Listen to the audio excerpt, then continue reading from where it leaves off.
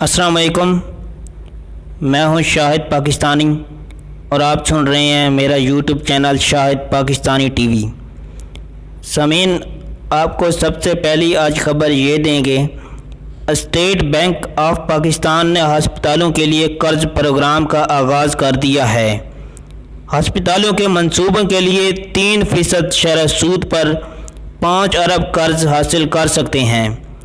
कर्ज लेने के लिए हस्पतालों के ICU, CCU में वेंटिलेटर और लेबॉर्ट्री की शर्त ऐड की गई हैं। स्टेट बैंक ऑफ पाकिस्तान ने मुल्क भर के हस्पतालों के लिए सेहत के तोसी प्रोग्राम के लिए हस्पतालों की सर्विस 24 घंटे जारी रखने के लिए आलात भी खरीदे जा सकते हैं। और समीन, जो दूसरी खबर आपको ये देंगे कि वफाकी हुकूमत ने एयर मार्शल अरशद मलिक को 3 साल के लिए चीफ एग्जीक्यूटिव PIA तैनात कर दिया है।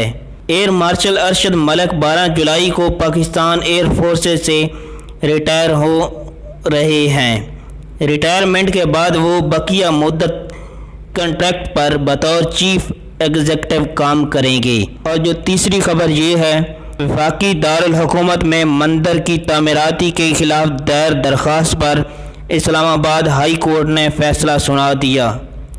कहा गया कि अदालत के सामने इस मामले में मुदाखलत की कोई बुनियाद मौजूद नहीं। इस्लामाबाद हाई कोर्ट ने दरख्वास्तों को गैर मौसर करार देकर निपटा दिया है। और जो चौथी खबर आपको ये देंगे, वफाकी वज़ीर इत्तलात शिबली फराज ने कहा है कि एहतियाती तदबीर पर अमल ना किया गया तो ईद उल अज़हा पर वबा फैलने का खदशा है। अपनी सेफ्टी करनी चाहिए क्योंकि कोरोना की वबा फैलने के खदशा ज़्यादा हो सकते हैं। और समीन, आपसे गुजारिश ये करूँगा कि मेरा YouTube channel Shahid Pakistani TV subscribe कीजिएगा और बेल आइकॉन भी प्रेस ज़रूर कीजिएगा ताकि हर आने वाली वीडियो का नोटिफिकेशन आपको बर वक्त मिलता रहे।